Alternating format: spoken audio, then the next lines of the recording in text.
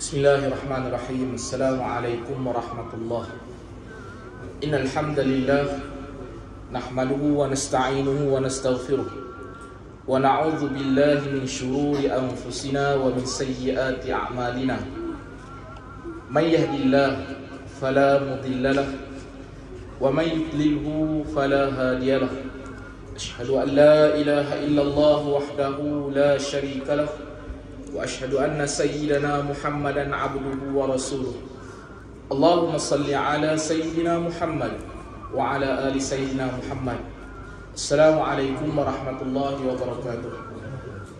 Ibu ayah yang saya kasihi, syukur kita pada Allah Subhanahu wa taala karena Allah taala masih beri kesempatan untuk kita sama-sama menunaikan solat fardu maghrib secara berjamaah. Ibu ayah yang saya kasihi, solat jemaah ni hukum dia fardu kifayah. Apa maksud fardu kifayah? Fardu kifayah maksud dia apabila ada sebilangan orang yang telah melaksanakan, makanya orang lain yang tidak melaksanakannya tidak berdosa. Saya ulang sekali lagi, solat jemaah ni hukum dia fardu kifayah. Apa maksud fardu kifayah? Fardu kifayah maksud dia apabila ada sebilangan orang yang melaksanakan fardu kifayah tu, maka orang yang tidak melaksanakan fardu kifayah tu tidak berdosa. Ibu ayah, kita kena syukur banyak-banyak. Kerana apa? Kerana kita telah membawa tanggungjawab penduduk kampung kita.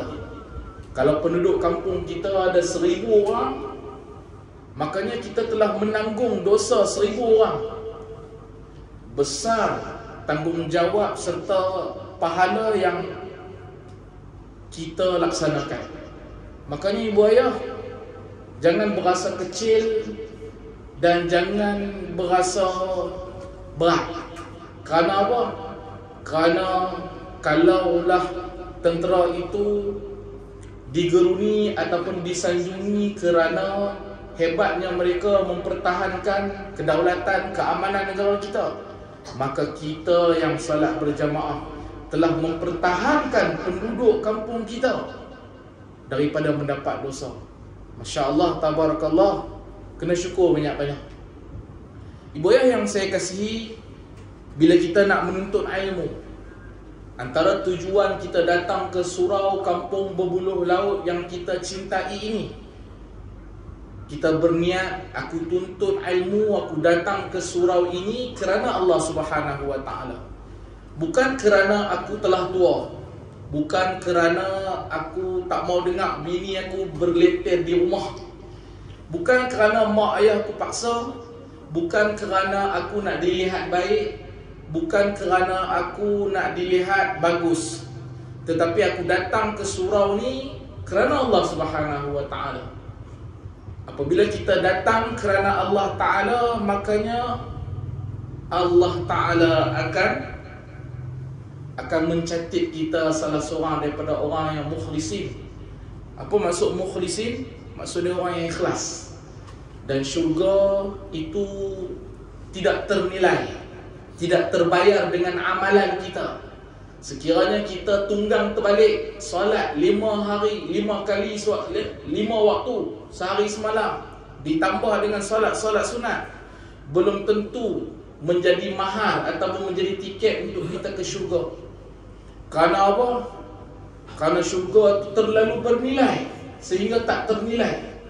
Tetapi syurga boleh dipenuhi oleh orang-orang yang ikhlas. Mudah-mudahan kita datang ke surau dengan ikhlas kerana Allah Ta'ala.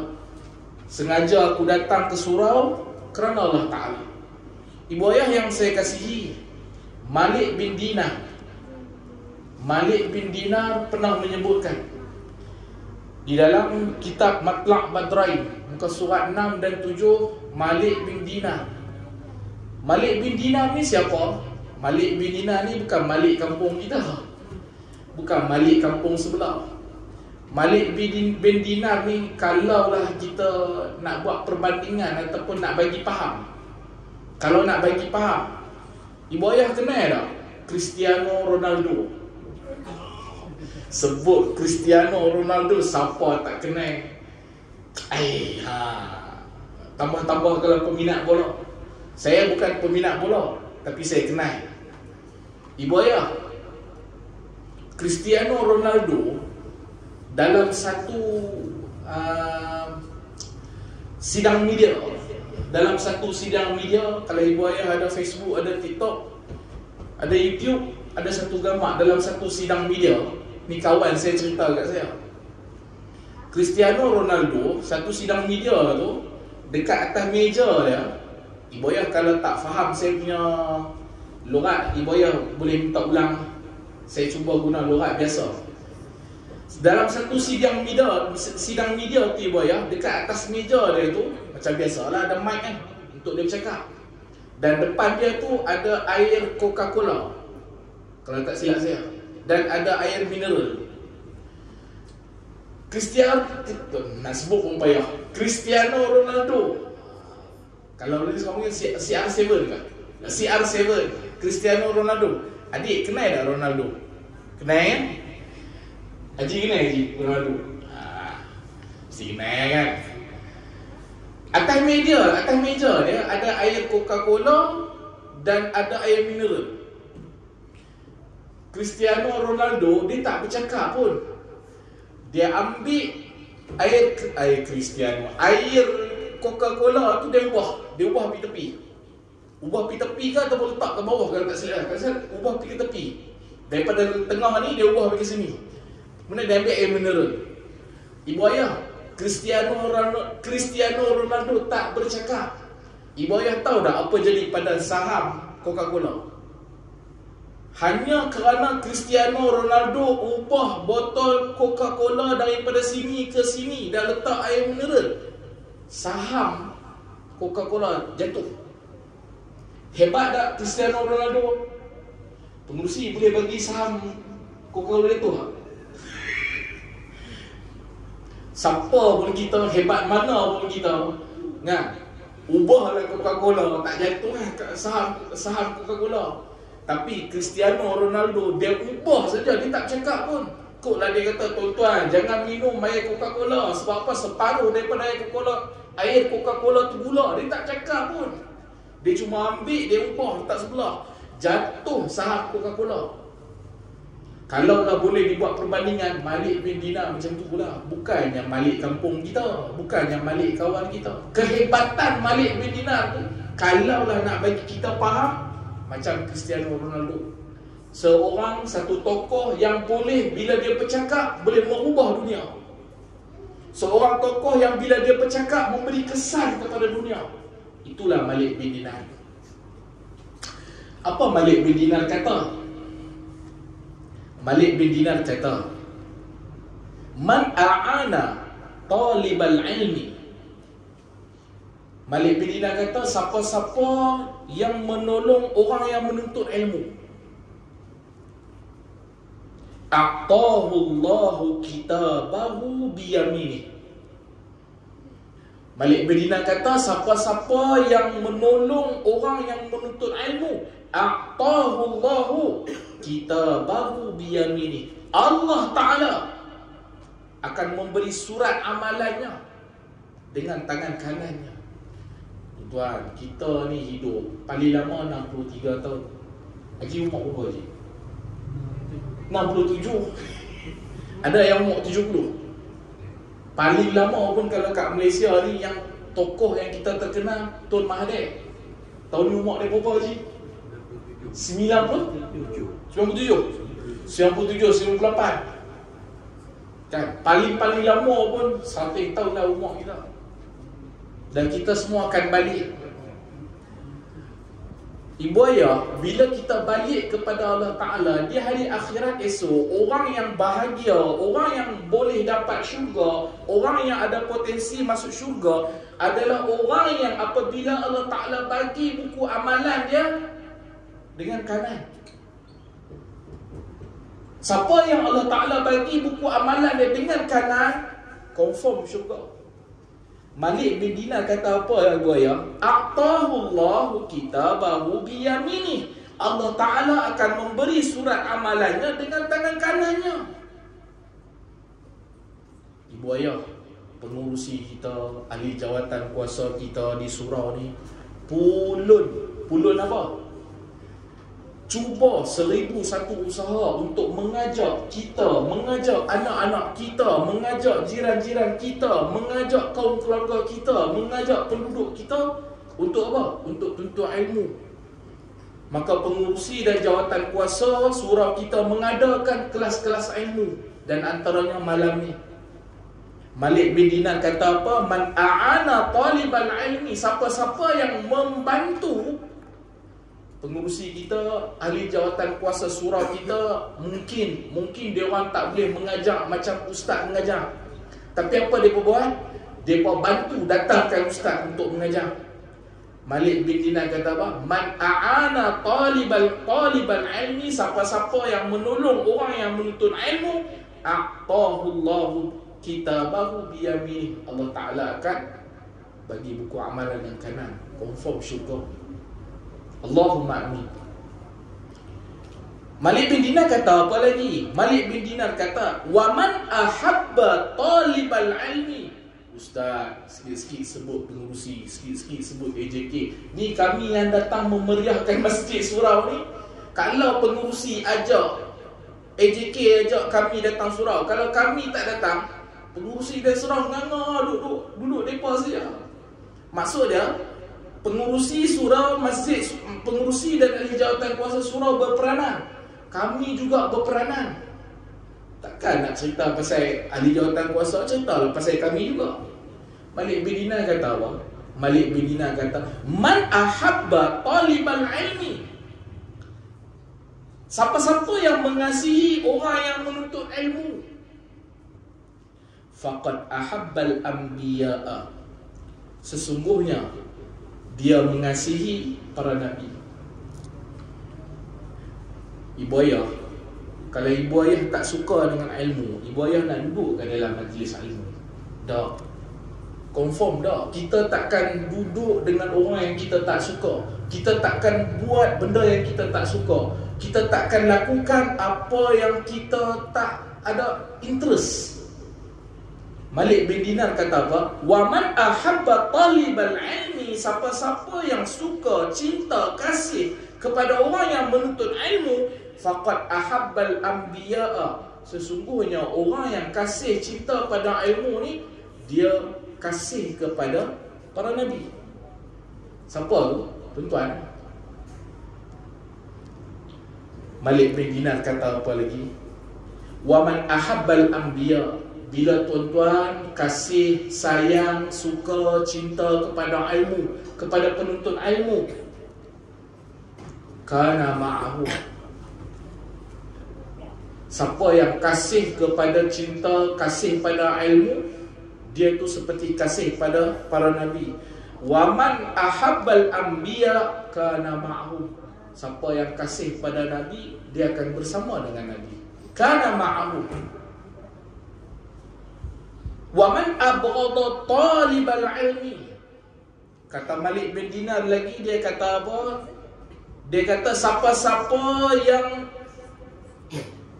membenci orang yang menuntut ilmu.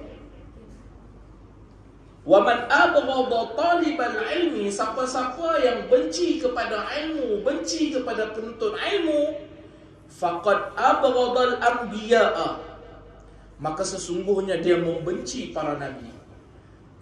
Wal'iyazu billah. Mudah-mudahan kita tak tergolong daripada golongan yang tidak suka pada ilmu. Kita nak kenal orang suka tak suka, antaranya lah, antaranya, bukan semua, antaranya. Tanda kita kasih pada nabi kita, kalau berdasarkan kata Malik bin Dinar ni, kita suka pada orang yang menuntut ilmu. Ada orang dia tak boleh datang belajar, tapi dia seru orang untuk datang belajar. Ada orang dia tak boleh seru orang datang belajar, tapi dia boleh bagi duit. Surau nak buat kuliah, dia duduk sedekah. Sedekah apa? Dia mungkin sedekah tak banyak, mungkin sedekah RM1, RM10, RM20. Supaya apa? Dengan sedekah dia tu, mudah-mudahan surau dapat gunakan duit tu untuk buka kelas-kelas ilmu. Dia dapat tak? Dia dapat.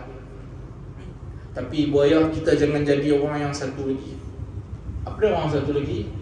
Dia datang surau dah, menuntut ilmu pun tidak, suka pada orang ilmu pun tidak, mengajar pun tidak, bahkan dia menghalang orang nak menuntut ilmu. Kalaulah ada di kalangan kita orang yang macam tu, kita doa mudah-mudahan Allah Ta'ala buka hidayah. Sebab apa? Sebab Malik bin Dinar kata, "Waman abghadha talibal ilmi", siapa-siapa yang benci, yang tak suka kepada orang yang menuntut ilmu, faqad abghadal anbiya, maka sesungguhnya dia membenci para nabi. Fajaza'u jahannam, siapa-siapa benci pada nabi, di mana tempat dia, di mana balasannya? Neraka jahannam balasan dia. Wa inna li talibil ilmi syafa'atun, dan bahawa sesungguhnya, kata Malik bin Dinar, bagi orang yang menuntut ilmu syafa'ah, yang seumpama syafaat para nabi, dia akan diberi. Makanya ibu ayah, kita duduk di landasan mana? Kita duduk di landasan yang betul. Kita orang yang suka pada ilmu, dan kita orang yang menuntut ilmu. Cukup dah? Belum cukup. Sebab ada kawan-kawan kita lagi yang belum datang. Maka tanggungjawab kita apa? Tanggungjawab kita cuba lagi. Cuba apa? Cuba lagi bagi orang suka hadir ke surau. Cuba lagi, seru lagi. Buatlah, fikirlah, aturlah. Kalau perlu buat sesuatu, buatlah sesuatu yang menyebabkan surau kita dipenuhi. Ibu ayah, kenapa kita kena penuhkan surau kita? Tanda kita bersatu ataupun tidak, tengok di surau kita. Semakin banyak manusia suka datang kepada surau, maka itu tanda semakin kuat kesatuan kita. Tapi kalau di surau tak banyak, yang banyak di JJ Nazar. Ustaz, jauh sangat Ustaz, daripada Bengkulu nak pergi JJ Nazar. Jauh sangat Ustaz, bagi contoh. Kat sini ada kedai kopi kopi. Tak ada je JJ Nazar. Sate Duan. Kalau banyak dekat Sate Duan daripada surau, tu tanda kita ada masalah. Akuilah benda tu. Bila dekat surau kita tak amai, kita duduk sembang apa tentang penyatuan. Kawan ni nak bersatu, kawan ni nak bersatu. Nak bersatu datang ke surau. Nak bersatu datang ke surau. Ustaz, kami bukan nak semayang. Datanglah dulu, bukan suruh semayang. Kan? Jadi ibu ayah, tak susah pun. Orang Penang kata, asal cek mau ya. Asalkan kita mahu saja. Kalau kita mahu, everything we can do. Oh, cakap bahasa Inggeris lah pula. Kalau kita mahu, semua benda boleh jadi. Tapi kalau kita tak mahu, surau buatlah kuliah ilmu, surau sediakanlah tiap-tiap malam lepas isyak ada makanan dan minuman. Kalau hati ni dah tak mahu, surau kalau dia sedia KFC tiap malam pun orang tak sampai. Oh, KFC tu. Ustaz sebut benda-benda yang kami jenuh nak kena cari duit. Kalau benda tu boleh buat. Pening dah kepala pengurusi Ustaz ni. Lepas satu-satu dia tambah. Buaya. Nabi kata boleh semak dalam hadis 40. Nabi kata man dalla ala khair. Nabi kata siapa yang tunjuk, ajak, buat, man dalla ala khair, siapa yang seru orang, ajak orang kepada kebaikan. Man dalla ala khair falahu, bagi orang yang tunjuk, ajak buat kebaikan tu, falahu mithlu ajri fa'ili, pahala dia sama macam orang yang buat. Contoh, saya bagi tahu pada ibu ayah, saya ajak ibu ayah datang ke surau. Datang ke surau, ibu ayah dapat pahala. Lepas tu ibu ayah solat pula, solat jemaah. Berapa banyak ibu ayah solat pahala jemaah? 27 rakaat 27 rakaat harakat 27 darjah harakat dah. Harakat tu dalam baca Quran tajwid 2 harakat 4 harakat. Rakaat tu sembahyang 27 darjah. Saya bagi tahu pada ibu ayah, saya ajak ibu ayah solat, datang ke surau, ibu ayah buat, ibu ayah dapat pahala. Saya yang bagi tahu, yang tunjuk kat ibu ayah tu, saya pun dapat pahala. Untung tak jadi orang yang ajak kepada kebaikan. Untunglah, pasal Nabi dah janji. Nabi kata man dalla ala khair, siapa yang ajak, yang seru, yang tunjuk, yang bantu untuk orang buat baik, falahu mithlu ajri fa'il, pahala dia sama macam orang baik. Susah ke senang nak buat pahala? Senang, asal cek mau ya. Tu kata Imam, kata Malik bin Dinar. Selesai mukadimah. Ibu ayah, insya-Allah kita masuk kepada kitab kita. Kitab kita tadi, orang yang tuntut ilmu ada syafaat. Apa dia syafaat orang yang tuntut ilmu? Minggu depan kita cerita. Simpan rezeki. Ibu ayah, insya-Allah malam ni kita akan mulakan tajuk pertama, kitab Al-Qawlu Tam fi Ahkam Al-Ma'mum wal Imam. Kitab, minggu lepas saya ada cerita, kitab ni cerita tentang apa? Tentang masalah solat, tentang imam dan makmum. Makanya insya-Allah kita akan mula pada tajuk yang pertama. Tajuk yang pertama dia kata bacaan ketika sembahyang di qomat. Ibu ayah, semua orang maklum qomat kan? Kita ada, bila masuk waktu apa kita buat? Kita azan. Kalau kita di rumah kita dengar azan. Kalau kita di surau kita azan. Lepas azan apa kita buat? Kalau di rumah kita ambil wuduk, kita berjalan mai ke surau. Kalau kita di surau apa kita buat? Kita sembahyang sunat 2 rakaat. Selepas tu Bilal akan buat apa? Dia akan qomat. Makanya ibu ayah, bacaan ketika sembahyang di qomat, apa nak baca apabila Bilal qomat untuk nak solat? Ibu ayah, saya nak tanya ibu ayah, biasa dengar tak qomat? Macam mana qomat lah? Allahu Akbar, Allahu Akbar, asyhadu an la ilaha illallah, asyhadu anna Muhammadar Rasulullah, hayya 'alas salah, hayya 'alal falah, qad qamatis salah, qad qamatis salah. Boleh saya tahu tak? Kalau saya tanya boleh jawab tak? Ketika Bilal sebut qad qamatis salah, apa kita sebut? Apa kita sebut? Kita bersebut qad qamatis salah. Okey, ada lagi tak yang sebut lain? Ada lagi tak? Itu saja. Semua sebut yang sama. Betul ya, semua sebut yang sama. Ke masa Bilal sebut qad qamatis salah, senyum, tak tahu nak sebut apa. Baik, malam ni kita nak cerita, kita nak kongsi apa yang kita nak sebut apabila Bilal sebut qad qamatis salah. Adakah kita juga kena sebut qad qamatis salah, ataupun ada bacaan lain, ataupun ada sebutan lain? Sebelum kita nak cerita tentang apa nak sebut ketika Bilal sebut qad qamatis salah, mari kita tengok dulu tentang azan. Ibu ayah yang saya kasihi, azan ni apa?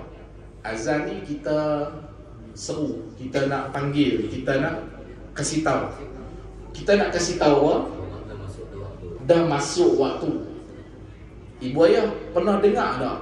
Baru-baru ni viral, tak barulah, lebih kurang, saya ingat bulan April lah itu, masa bulan puasa, gempar satu Malaysia berlaku di Kedah waktu maghrib. Bilal tu azan 2 minit awal. Ada kan? Ingat Bilal tu di satu negeri di Kedah, satu masjid. Bilal tu bila apa? Dia terawal 2 minit. Punca terawal sebab apa? Sebab ada masalah teknikal pada jam. Jam macam kita lah, tapi mungkin jam dia orang tak tahu lah besar atau kecil, tapi lebih kurang kita. Kan sekarang ni semua pakai jam digital kan. Jadi dah terazan awal. Bila dia terazan awal,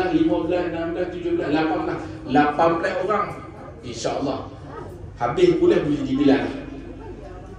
Tak ada alasan lah kita Bilal tak ada. Baik, lafaz azan semua orang tak. Allahu Akbar 2 kali. Asyhadu an la ilaha illallah 2 kali. Asyhadu anna Muhammadar Rasulullah 2 kali. Hayya 'alas salah 2 kali. Hayya 'alal falah 2 kali. Kemudian Allahu Akbar sekali. La ilaha illallah. Itu semua orang tahu. Apa lagi yang ada kaitan dengan azan? Tapi berbeza dengan lafaz iqamah. Lafaz iqamah ada tambahan dekat mana? Dekat selepas hayya 'alas salah, hayya 'alal falah, kita akan sebut qad qamatis salah, 2 kali juga. Itu je beza azan dengan iqamah. Saya ulang sekali lagi, apa hukum azan? Sunnah. Kalau terlupa, biasalah kita malam ni ada 18 orang boleh jadi Bilal. Bila 18 orang boleh jadi Bilal, dia ada semangat nak cuba jadi Bilal. Sekali jadi Bilal dekat qamatis solah tu lupa. Sampai ke hayya 'alas solah, hayya 'alal falah. Allahu Akbar, la ilaha illallah. Lupa. Apa hukumnya? Sah tak iqamat tu? Sah. Jadi kalau lah penyakit masyarakat kita, ini saya cerita penyakit masyarakat kita yang menyebabkan ramai daripada masyarakat kita juga tak berani nak ke depan. Apa dia? Salah sikit orang lain kecam. Salah sikit orang lain kecam. Salah sikit orang lain kecam. Itu punca kenapa kita tak ada orang yang nak ke depan. Nak kena tunggu sebut bagi betul. Hayya 'alas hayya 'alas salah. Nak kena sebut bagi betul. Baru nak jadi Bilal. Bila sebut tak betul orang kata, apa nak jadi Bilal, sebut bila belajar dulu. Sebutan pun tak lurus, sebutan pun tak lurus nak jadi Bilal. Masalah apa? Masalah masyarakat kita. Yang konden, yang kecam tu, dia dah letak azan, surau pun dia tak datang. Ustaz marah kat siapa? Tak marah kat siapa. Patutnya bagi semangat lah dekat orang yang ke depan tu. Untuk bila kita dia nak azan, mungkinlah sebutan dia tak cantik lagi, dia pun dalam proses belajar. Jangan kecam, puji. Bila hari ni suara macam wings, macam awi. Lepas tu dia azan maghrib, Tok Bilal kita hari ni suara macam Ramli Syarif. Masuk isyak, Tok Bilal kita hari ni azan suara dia macam Siti Nurhaliza. Puji dulu. Siti Nurhaliza, puji dulu. Dr. Fazilah Kamsah kata apa? Dalam satu ceramah dia bagi tips macam mana nak tarik orang, nak dorong orang supaya kekal bermotivasi ataupun tak terasa bila ditegur ataupun dikritik. Dr. Fazilah Kamsah kata, sebelum kita nak betulkan kesalahan orang ataupun kita nak kritik dia ataupun kita nak tegur ataupun kita nak perbaiki dia, puji dulu. Kurang-kurang berapa? 7 kali. Lepas puji 7 kali baru kita kata kat dia, oh, pengurusi kita hari ni handsome lah pengurusi. Lepas tu tadi nampak datang jalan tu, oh nampak smart. Tak pernah nampak orang sesmart pengurusi. Lambung dulu. Lambung. Pengurusi lepas tu nampak lah, tak ada orang lain dah yang boleh memakmurkan surau ni melainkan pengurusi dah. Beruntunglah kami ada pengurusi. Tapi pengurusi tadi azan silap. Puji. Yang ke-8 tu baru bagi tahu kesilapan dia. Ibu ayah, kita kalau kena lagu tu, agak kita terasa tak? Terasa tak? Yang ke-8 tu, teguran tu, kita marah tak orang? Kita takkan marah lah. Pasal apa? Kita dah kembang 7 kali, setakat sekali je lah. Apa dah hal? Itu kaedah yang betul. Tapi kita tak buat benda tu. Bila tak buat, itu yang masyarakat kita makin jauh. Kawan kita, dia baru nak datang ke masjid surau.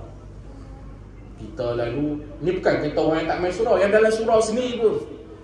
Kawan kita, jiran kita, dia dengar kuliah, katalah minggu lepas dia dengar kuliah. Bila dia dengar, terdetik di hati dia, tertarik hati dia, rasa nak main ke surau. Minggu ni dia main. Berapa lama setelah 40 tahun tak main surau? Bila dia sampai, apa kita buat kita dalam surau? Ke tak jumpa dalam surau dah. Ibu ayah rasa orang yang baru nak main surau tu apa perasaan dia? Lebih baik aku tak main sampai mati. Pasal apa? Sepatutnya bila aku dah sampai ni cukup baik dah. Patutnya raih dah aku dulu. Ni dah bila aku sampai potong tu, tunggu matilah baru main lah. Patutnya bila dia sampai, terima kasih, puji dia, ajak dia, raih dia. Lepas tu kalau dia tak tahu kat mana sejadah, tolong bantu dia, pujuk dia. Lepas tu bagi kata-kata semangat kat dia. Sampai 7-8 kali lepas tu, jangan kata apa lagi. Kali kedua, kali ketiga, setelah kali ke-10, barulah bagi tahu, barulah selit sikit kalau nak buat teguran. Itu kaedah yang betul. Boleh bayang? Tang mana orang tadi? Tang azan. Makanya dia kata, Kalau apa benda kata? Kalau azan tu sunat muakkad, maka lafaz iqamat juga sunat muakkad. Kena tahu dulu hukum asal sebelum kita nak cerita tentang apabila tentang bacaan ketika sembahyang iqamat. Belum lagi. Ibu ayah kalau dah masuk tu bagi tahu. Saya kalau boleh saya cuba nak berhenti sebelum masuk tu. Sebab jangan banyak-banyak. Kalau banyak-banyak nanti masuk jalan kanan dia keluar jalan kiri. Sampai ke tak? Banyak sangat Ustaz. Baik. Maka kita kena tahu apa hukum azan tu dulu. Supaya apa? Bila kita dah tahu hukum azan, apa pun selepas itu kita akan mudah. Makanya iqamat juga sunat muakkad. Baik. Menjawab azan dan iqamat. Apabila seseorang itu mendengar azan, maka disunatkan menjawab sebagaimana yang diazankan oleh Bilal. Yang kita buat selama ni betul lah. Okey? Bilal azan kita jawab, Bilal azan kita jawab. Jadi yang kita buat tu dah betul lah. Okey? Kecuali bila ia menyebut perkara berikut, maka jawapannya berlainan. Kecuali ada beberapa perkataan yang Bilal sebut, maka kita jawab dengan jawapan lain. Apa dia contoh? Bilal azan, hayya 'alas salah. Apa kita jawab? Alhamdulillah. Maksudnya kita tahu. Kita jawab la haula wala quwwata illa billahil aliyyil azim. Jadi kalau ibu ayah buat macam tu betul dah. Okay? We are on the track. Ustaz ni Ustaz cakap Melayu, Ustaz cakap orang putih. Okey, bila kita jawab, bila azan hayya 'alas salah, kita jawab la haula wala quwwata illa billahil aliyyil azim. Maksudnya kita berada di landasan yang benar. Tapi kalau kita jawab, kalau kata kalau kata Bilal sebut hayya 'alas salah, kita kata nantilah. Tunggulah. Ataupun kopi dululah. Kita berada di landasan yang off track. Kalau kata kereta api itu bukan setakat. Kalau kereta api itu bukan di luar track, maksud dia dah umban masuk ke dalam. Okey, bahaya. Okey, baik. Kemudian ada tak lagi lafaz lain yang bila sebut kita sebut benda lain? Ada. Apa dia? Qad qamatis salah. Maka ada lafaz lain. Habis selama ni kalau kita jawab qad qamatis salah macam mana? Tak ada masalah. Boleh belaka. Tapi mari kita tahu, mari kita ambil tahu sebenarnya apa jawapan yang betul. Barulah kita masuk pada kita. Apabila sembahyang diqamat, Tok Bilal dia bangun untuk apa? Untuk qamat. Maka disunatkan bagi yang mendengarnya. Siapa yang dengar? Selain daripada Bilal, kita. Apa dia kita nak buat? Bahawa berkata ia. Siapa yang kena kata? Kita lah yang dengar tu. Kata apa? Seperti apa yang diucapkan oleh tukang qamat. Allahu Akbar, Allahu Akbar. Kita jawab Allahu Akbar, Allahu Akbar. Sampai dekat qad qamatis salah. Melainkan pada ucapannya. Ucapan apa? Ucapan Bilal. Apa dia kata? Qad qamatis salah. Maka disunatkan bagi yang mendengar. Siapa dengar? Kita. Apa kita jawab? Berkata ia aqamahallahu wa adamaha wa ja'alani min salihi ahliha. Itulah bacaan yang disunatkan. Bilal sebut qad qamatis salah. Jemaah jawab apa? Jemaah jawab aqamahallahu. Ikut saya. Aqamahallahu. Sekali lagi. Aqamahallahu. Sekali lagi. Aqamahallahu. Wa adamaha. Wa adamaha. Wa adamaha. Wa ja'alani. Wa ja'alani waj'alani min salihi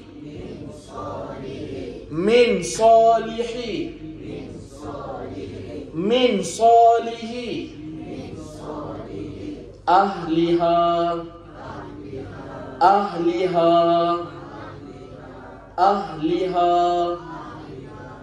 Apa maksud dia? Aqamahallahu wa adamaha wa ja'alani min salihi ahliha. Maksud dia apa?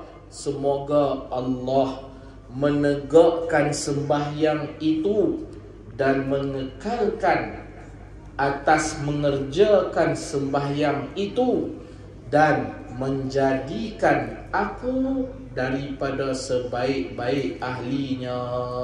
Ustaz panjang. Ustaz dah lah main seminggu sekali. Kami ulang tadi 3 kali. Kalau Ustaz ulang 40 kali pun belum tentu kami ingat. Jadi macam mana nak buat?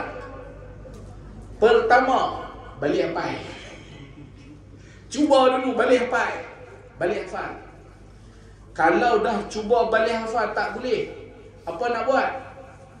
Jumpa orang, jumpa kawan-kawan atau bersama-sama kita. Okey, test sebut. Cuba sebut. Aqamahallahu wa adamaha wa ja'alani min salihi ahliha. Kita lawan test. Ustaz, nak hafal pun kami tak larat. Kami malas Ustaz.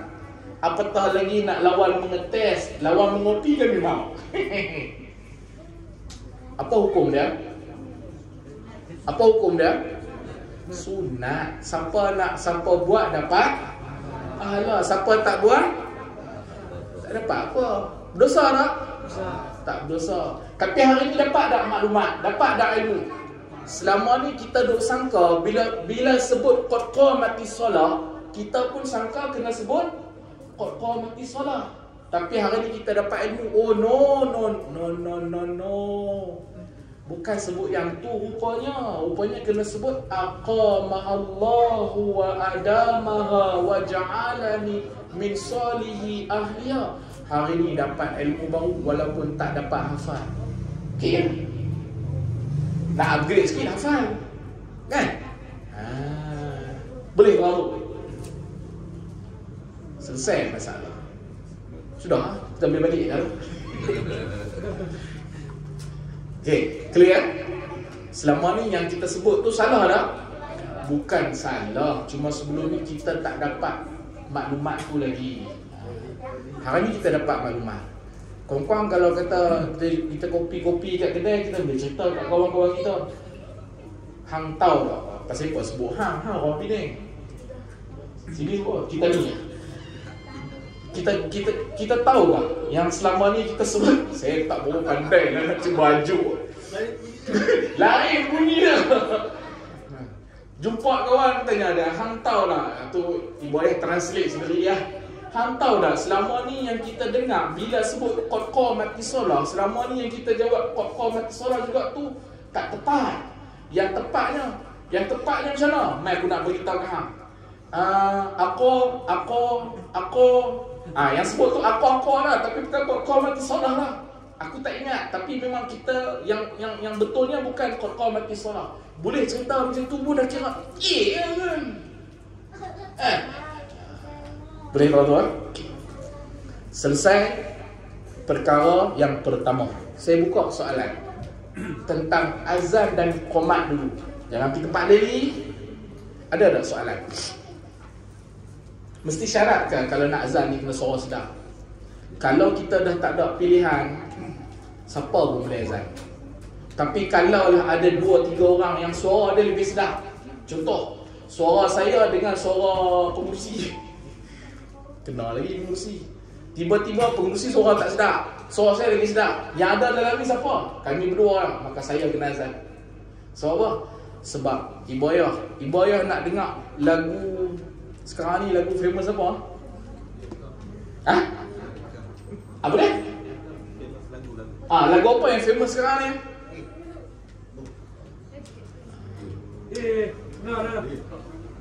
Oi, panjangnya. Apa tu? Lipat.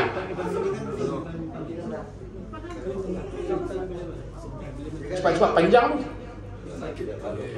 Ibu ayah tengok ibu ayah. Kita tak main surau, lipan main surau.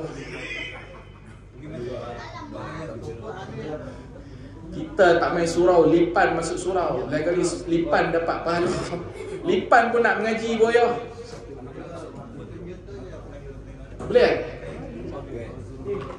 Hati-hati ya, hati-hati ya. Sekali kita buat kari lipan lagi. Cantik. Okey. Tak ada apa. Lipan tu tak membawa apa-apa.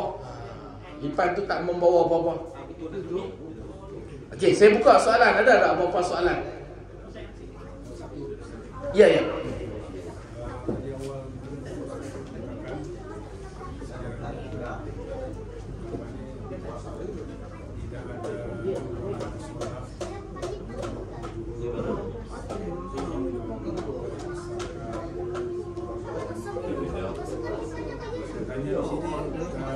Sini berbulu laut dengan di darat sama ke satu kampus satu bukit. Adakah berbuluh laut dengan berbuluh darat satu mukim ataupun satu kampung? Kiranya buat di sana, di sini pun terhindar. Adakah kalau kita solat di berbuluh darat, maka di sini terangkatlah dosa tak melaksanakan solat jemaah? Cantik soalan tu, Haji. Berbuluh laut dengan berbuluh darat ni kira macam mana? Satu kampung. Sana masjid sini surau. Berbuluh laut tu? Berbuluh darat tu? Masjid. Sini surau. Makna kata berbuluh laut ni adalah qaryah berbuluh darat kan? Berbuluh laut adalah qaryah berbuluh darat. Sebab apa? Sembahyang jemaah di sana kan? Makanya kalau sana dah buat, sini alhamdulillah selamat je. Sebab apa? Sebab surau yang, kalau ada surau dalam satu kawasan, surau tu dia berada di bawah masjid kawasan tu. Contoh saya bagi gambaran. Kalau contoh dekat Masjid An-Nur, Masjid An-Nur tu ada tak surau lain? Ada. Surau tu semua di bawah tanggungjawab Masjid An-Nur. Makanya kalau dekat sini berbuluh laut adalah di bawah tanggungjawab Masjid berbuluh darat. Kalau di Masjid berbuluh darat dah laksanakan solat jemaah, maka dia dah cover semua anak qaryah tu. Makanya kita terlepaslah kat sini. Contoh waktu Zuhur rasa kadang ada tempat yang tak ada kan. Sebab tu pentingnya dia kata sembahyang jemaah ni apa? Sembahyang jemaah ni bukan 500 orang yang bayar. 2 orang pun dah kira jemaah. Dan tak syarat pun kena pakai jubah. Kalau satu orang sembahyang jemaah, dia sembahyang ngaji. Tapi dia sebab tiada yang lain dia panggil, tiada juga datang. Tapi dia untuk melaksanakan tanggungjawab untuk menghilangkan dosa. Kalau berlaku lagu tu parah tu. Maksud dia kita kena, kalau sampai lagu tu kita kena buatlah sesuatu. Kalau tidak, pakat-pakatlah. Macam itulah cerita kan. Kalau di surau masjid kita berlaku sampai lagu tu, lagu tu maksud dia macam tu. Macam tu, bukan lagu yang kita dengar tu. Ini yang dia cakap lagu tu seperti itu.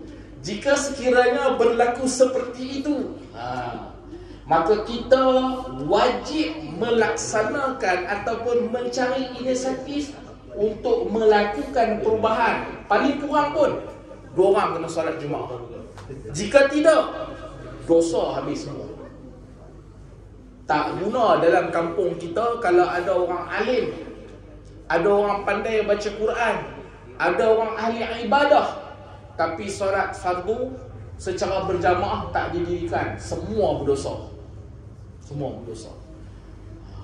Makanya kalaulah, saya yakin kat sini tak berlaku macam tu. Ni berlaku di mana? Berlaku di Uganda. Kalau berlaku lalu tu kita kena usahalah. Maka jawapannya tadi, kalau kata kita di bawah tanggungjawab berbuluh darat, bila berbuluh darat dah laksanakan solat jemaah, di sini alhamdulillah dah terangkat fardu kifayah tu. Habis tu apa kita nak buat? Duduk diam. Tadi kita dah cerita dah. Kita dah lah malas nak pergi semayang dekat masjid. Surau pun malas, 2 kali malas. Esok kalau Tuhan kata, aku malas lah nak masukkan hang dalam syurga, padan kau kita. Pasal apa? Dulu atas muka bumi hang malas nak pergi rumah aku. Apa dia rumah aku? Masjid. Hang malas nak ke rumah aku. Hari ni, hari akhirat ni aku malas lah nak masukkan hang dalam syurga. No, padan kau kita. Mau kalau gitu? Kalau mau hebat. Okey? Boleh je? Baik, ada lagi tak soalan?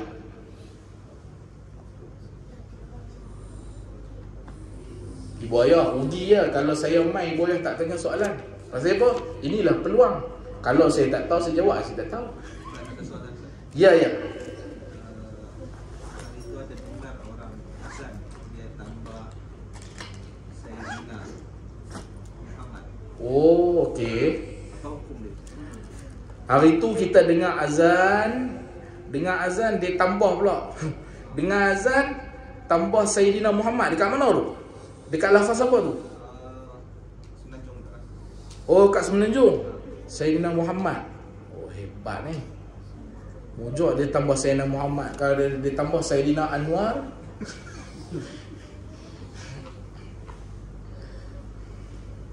Lafaz azan mestilah dilafazkan dengan seperti mana yang Nabi bagi tahu. Yang kita sebut tu betul dah. Kalau kita tambah tu dengan sengaja. Tengok dulu dia tambah tu sengaja ke tak sengaja. Kalau dia tambah sengaja, tengok juga tambahan yang dia tambah tu adakah memberi fitnah. Ibu ayah biasa dengar tak? Sebelum tu ibu ayah tahu tak Syiah? Biasa dengar tak? Mazhab Syiah. Okey? Mazhab Syiah ni dia banyak di Iran. Mazhab Syiah dia punya azan antara yang ditambah apa? Dia tambah perkataan Ali. Dia tambah perkataan Ali dalam azan dia. Sah tak azan dia? Tak sah. Tak sah dan mereka-reka. Kalau dia tambah Sayyidina Muhammad ni, kita kena tengok dulu dia tambah sengaja ke tak sengaja. Kalau dia tambah tak sengaja, dimaafkan. Tapi dia kena bagi penjelasan lah. Sebab apa? Boleh timbul fitnah tak? Boleh timbul fitnah. Apa-apa yang boleh menyebabkan timbul fitnah, dia guna pembesar suara. Contoh macam saya berkuliah mengguna pembesar suara. Saya seorang ke dengar, dalam ni saja ke dengar, dah ramai dengar. Makanya kalau ada berlaku kesilapan semasa saya menyampaikan, ataupun bila saya menerangkan hukum, ataupun bila saya menyatakan sesuatu dan didapati yang saya sampaikan tu salah, wajib bagi saya memberi penjelasan, wajib bagi saya membetulkan apa yang salah.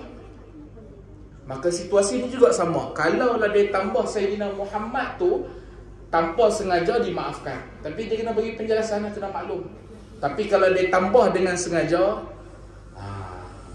kalau berlaku di wilayah, kalau di wilayah lah, macam kita di KL kan, ataupun di sini sekalipun, dia boleh digunakan tindakan. Adapun dia punya azan tu sah tak? Azan dia sah lah kalau dia tak sengaja. Sebab azan ni dia bukan solat. Kalau kita salah sebut pun, dia tak jadi apa-apa. Azan dia bukan solat, dia bukan syarat wajib solat. Sekiranya kita salah sebut, adakah berdosa? Tak berdosa. Semuanya tujuan azan ni nak memberitahu, tak sampailah tujuan sebenar nak beritahu. Boleh ya?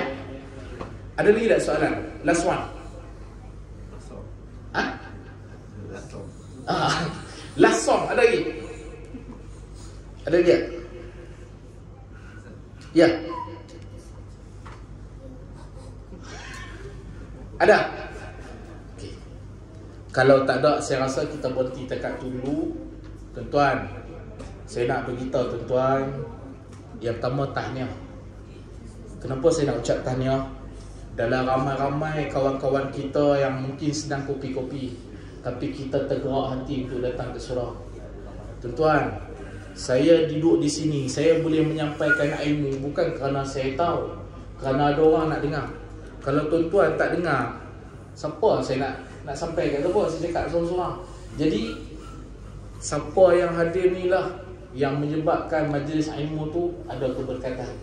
Keberkatan bukan ada pada guru, okey? Keberkatan ada pada kita semua, okey?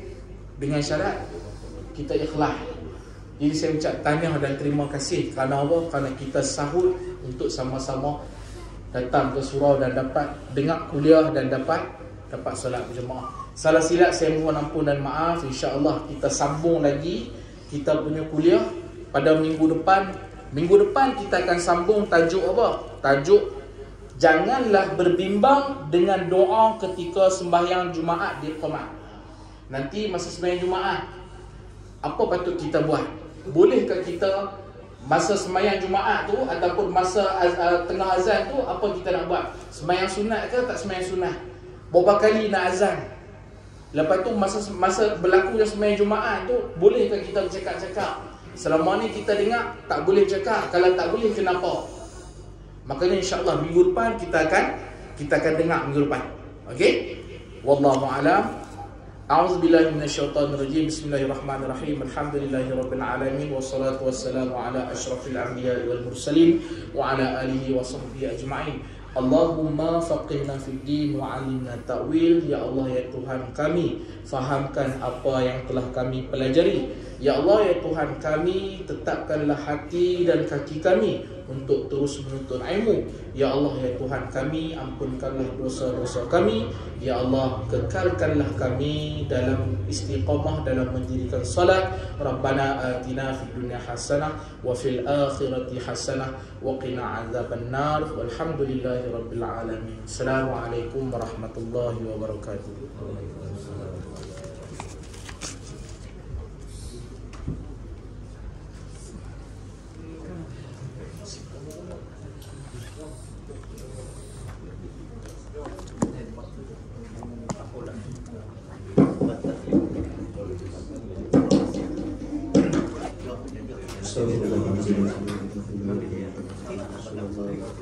wabarakatuh.